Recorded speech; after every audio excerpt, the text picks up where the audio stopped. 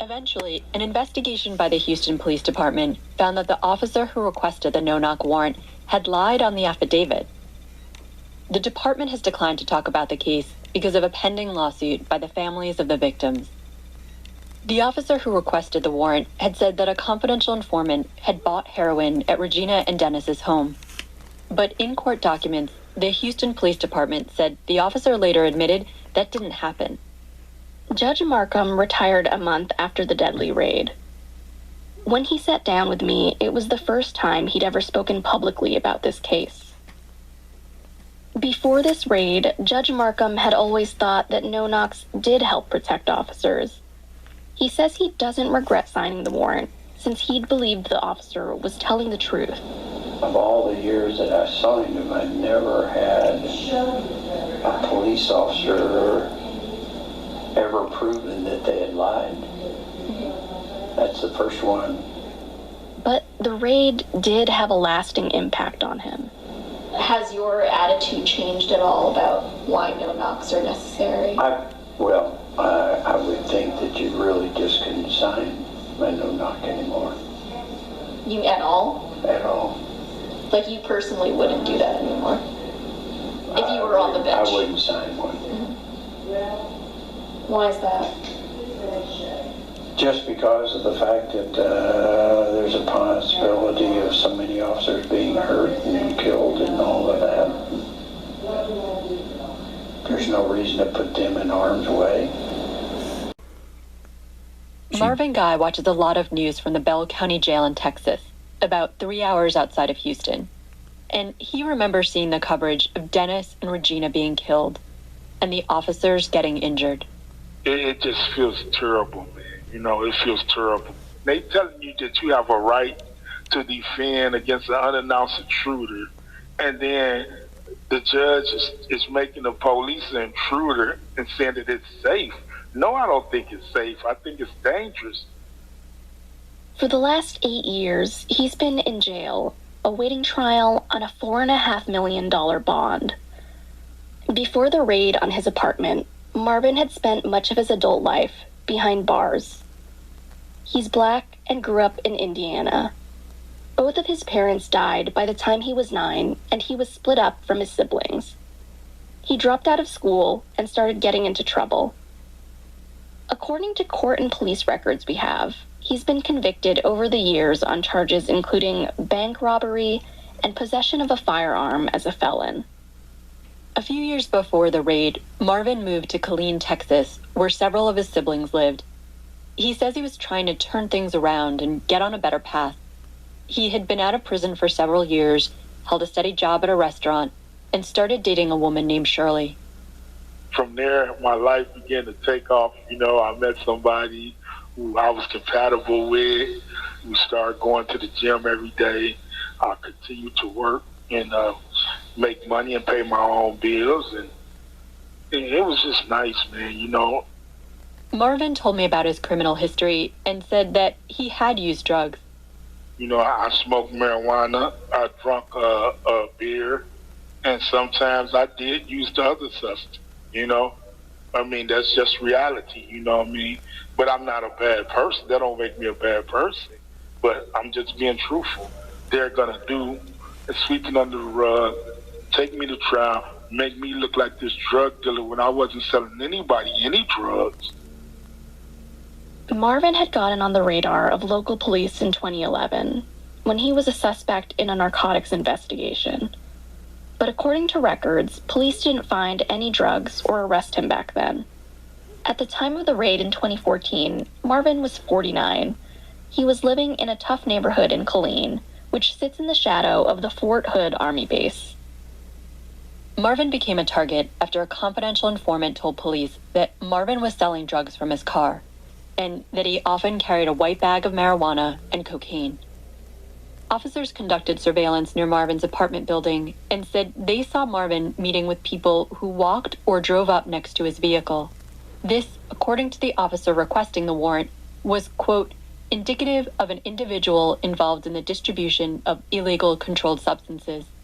This prompted Killeen police to seek a no-knock warrant for Marvin's apartment.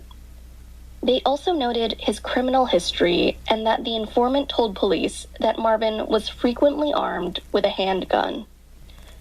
Police have released very little of the case file, but we were able to piece together the details of the raid from state investigative records and notes that Marvin's former lawyer took on the police reports.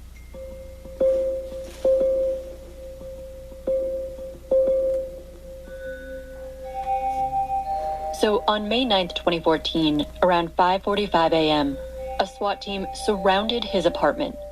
One officer shattered the window in his front bedroom, while another tried to break open the door with a battering ram. Marvin said he had 2 handguns for protection, and he had them nearby as he slept with his back to the window. His girlfriend Shirley was also inside the apartment. And then, remember, Marvin began shooting out the window. The SWAT team dove for cover and rapidly returned fire. One officer, who had taken the pin out of a flashbang device, slipped and dropped it, setting off a massive boom and a thick cloud of smoke. Marvin dropped his gun and ran toward the back door. He saw lights and heard people yelling, "Police." According to records, police told him to get on the ground, and an officer put a gun to Marvin's head. The officer immediately got the pistol whooping me, calling me, the N-word, telling me that he was going to kill me. He was going to kill me. I don't know what happened after that. I must have passed out. Shirley came out the front door, but when she hesitated to move closer to officers, one pushed her to the ground and she ended up with 2 broken ribs and a busted upper lip. And then there were the 4 officers who had been hit with gunfire. 2 were protected by their body armor. A 3rd was shot in the leg. And Detective Charles Dinwiddie, a leader of Killeen's SWAT team, was shot once in the face. He's the officer who died a couple of days later. I was very sad to hear that. Right now today, I really feel bad about that because no one wants to see that. I have no ill will toward the police and or nothing like that. Detective Dinwiddie was 47 years old. He left behind a wife and 2 children. Days after he died, his sister, Ellen Dinwiddie Smith, talked about her brother at a press conference in Killeen. He loved spending time with his family, both sides. He created a bond between all of us. He was the glue. His family and friends knew him as Chuck. He'd been with the department for 18 years. Chuck was a warrior, the guy that ran toward the gunfire. Chuck loved God. He loved his family, his job, especially the SWAT team. And he leaves behind a lot of people that are trying to make sense of God's plan and timing. We reached out to some of Detective Dinwiddie's relatives to learn more about him and their views on no-knocks. But his sister Ellen said that no one in their family would comment before Marvin's trial.